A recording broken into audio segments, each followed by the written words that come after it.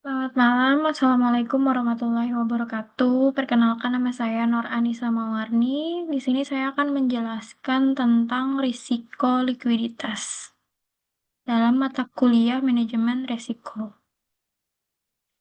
Untuk pokok pembahasannya, yang pertama ada pengertian risiko likuiditas, yang kedua ada jenis-jenis risiko likuiditas, yang ketiga ada penyebab risiko likuiditas, yang keempat ada dampak risiko likuiditas, dan yang kelima ada pengelolaan risiko likuiditas, dan terakhir kesimpulan.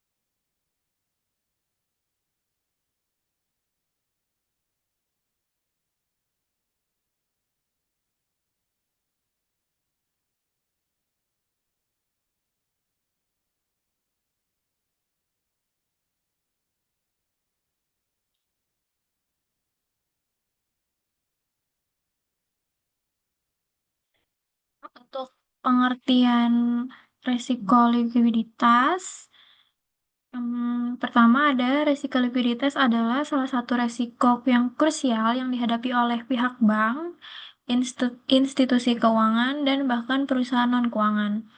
Secara sederhana, risiko likuiditas adalah risiko ketidakmampuan suatu entitas untuk memenuhi kewajiban finansial jangka pendek ataupun jangka panjang pada saat jatuh tempo. Risiko likuiditas juga bisa terjadi karena tidak memiliki cukup kas atau aset yang mudah dicairkan atau liquid untuk menutupi penarikan dana, pembayaran utang, atau kebutuhan operasional lainnya. Dalam hal ini, jenis-jenis risiko likuiditas yang pertama ada risiko likuiditas pendanaan atau funding liquidity risk.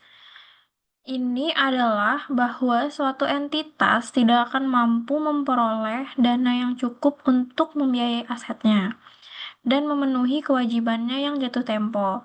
Ini bisa disebabkan oleh penarikan dana yang tidak terduga, ketidakmampuan untuk memperbaharui pinjaman yang jatuh tempo, atau kesulitan dalam mendapatkan pendanaan baru di pasar.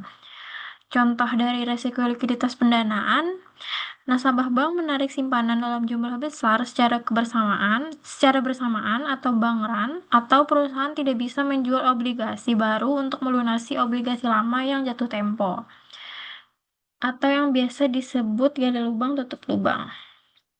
Yang kedua ada resiko likuiditas pasar. Resiko likuiditas pasar itu adalah resiko bahwa suatu entitas tidak dapat menjual asetnya dengan cepat di pasar tanpa mengalami kerugian yang signifikan. Jika pasar untuk suatu aset menjadi liquid atau tidak liquid, aset tersebut mungkin sulit untuk dijual atau hanya bisa dijual dengan harga diskon yang besar. Contohnya, sebuah perusahaan memiliki banyak aset properti yang tidak bisa dijual dengan cepat karena pasar properti yang sedang lesu, atau bank memiliki obligasi korporasi yang sulit diperdagangkan di pasar sekunder. Nah, ini ada beberapa penyebab-penyebab resiko likuiditas.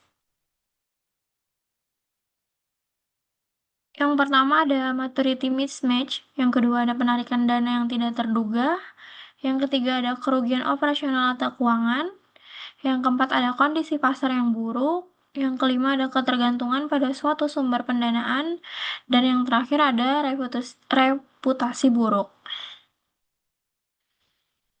Nah, penyebabnya itu biasanya yang maturity mismatch itu adanya ketidakcocokan jangka waktu adalah dana jangka pendek yang digunakan untuk membiayai investasi jangka panjang. Biasanya perencanaan ini dan pengelolaan arus kas yang buruk seringkali karena ketidaksesuaian antara masuk dan keluar kas. Yang kedua ada penarikan dana tidak terduga, terutama dalam jumlah besar, misalnya bank run tadi kan. Yang ketiga ada kerugian operasional atau keuangan. Itu artinya biasanya dapat menguras sampai dengan ke cadangan kas mereka atau cadangan kas perusahaan. Yang keempat ada kondisi pasar yang buruk. Nah, menurunnya kepercayaan investor ataupun krisis ekonomi itu bisa menyebabkan risiko likuiditas atau bisa jadi krisis kredit. Resesi ekonomi dapat menyebabkan pengetatan pasar kredit dan penurunan permintaan di pasar. Nah, untuk yang selanjutnya ada ketergantungan pada suatu sumber pendanaan. Artinya jika sumber tersebut mengering, entitas akan kesulitan karena sumber itu adalah tempat berkembangnya perusahaan. Dan yang terakhir ada reputasi buruk. Nah, untuk reputasi buruk ini dapat menyebabkan investor atau deposan kehilangan kepercayaan dan menarik dananya kembali, sehingga perusahaan menjadi lesu dan tidak bisa berkembang karena investor yang lari. Nah, selanjutnya ada dampak risiko likuiditas. Jika risiko likuiditas tidak dikelola dengan baik, dampaknya bisa sangat serius. Yang pertama ada gagal bayar, ketidakmampuan untuk memenuhi kewajiban yang dapat menyebabkan kebangkrutan. Yang kedua ada kehilangan kepercayaan. Nasabah, investor, dan kreditur akan kehilangan kepercayaan yang semakin memperburuk situasi. Yang ketiga, penjualan aset dengan harga diskon. Untuk mendapatkan kas cepat, entitas mungkin terpaksa menjual aset di bawah nilai pasar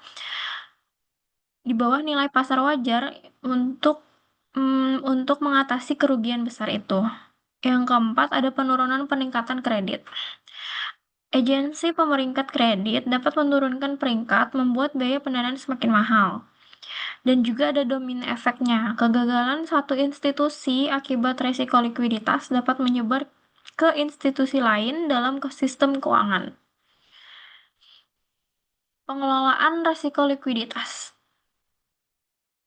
Manajemen risiko likuiditas adalah proses yang berkelanjutan dan vital. Beberapa strategi penting meliputi kita bisa melakukan penyusunan kebijakan dan prosedur, menetapkan batas risiko likuiditas, rencana pendanaan darurat, atau funding plan, dan kebijakan manajemen aset likuid.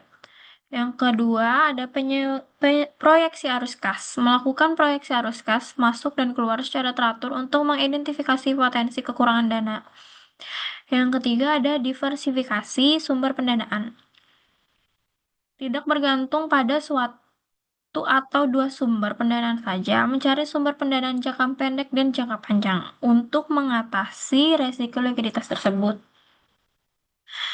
Dan yang keempat ada pemeliharaan cadangan likuiditas, menjaga aset yang liquid, misalnya kas, surat berharga pemerintah sebagai penyangga untuk kebutuhan yang mendesak. Yang kelima ada uji stres, menstimulasi skenario krisis, misalnya penarikan dana besar-besaran atau pasar macet untuk menilai ketahanan likuiditas. Yang keenam ada manajemen aset dan liabilitas. Mengelola struktur aset dan liabilitas secara terkoordinasi untuk meminimalisir ketidakcocokan jangka waktu. Yang ketujuh, ada pemantauan indikator likuiditas.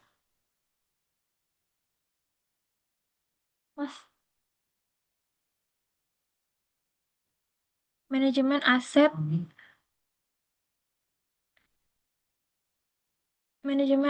dan liabilitas.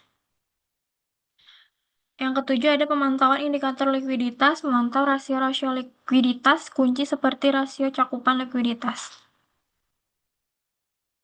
Dan rasio pendanaan stabil bersih atau khusus bank. Yang terakhir ada akses ke fasilitas pinjaman darurat. Memiliki akses ke sumber pendanaan eksternal seperti bank sentral sebagai lender of last resort atau lini kredit dari bank lain. Nah, kesimpulan dari resiko likuiditas, secara keseluruhan, resiko likuiditas adalah resiko utama yang dihadapi oleh perusahaan atau institusi keuangan karena ketidakmampuan mereka untuk memenuhi kewajiban keuangan jangka pendek yang tepat waktu. Ini bisa terjadi karena dua alasan utama. Yang pertama, tidak punya cukup uang tunai atau risiko likuiditas pendanaan, atau tidak bisa menjual aset dengan cepat tanpa rugi besar. Atau bisa disebut risiko likuiditas pasar. Dampaknya bisa fatal, mulai dari gagal bayar hingga kebangkrutan, bahkan bisa memicu krisis yang lebih luas dalam sistem keuangan. Oleh karena itu, manajemen risiko likuiditas yang efektif sangat krusial. Ini melibatkan perencanaan yang matang, pemeliharaan cadangan dana, diversifikasi sumber pendanaan, dan pengujian ketahanan terhadap skenario terburuk. Singkatnya, menjaga likuiditas seperti menjaga denyut nadi keuangan, harus selalu ada dan lancar, agar entitas bisa terus beroperasi dan bertahan di tengah gejolak.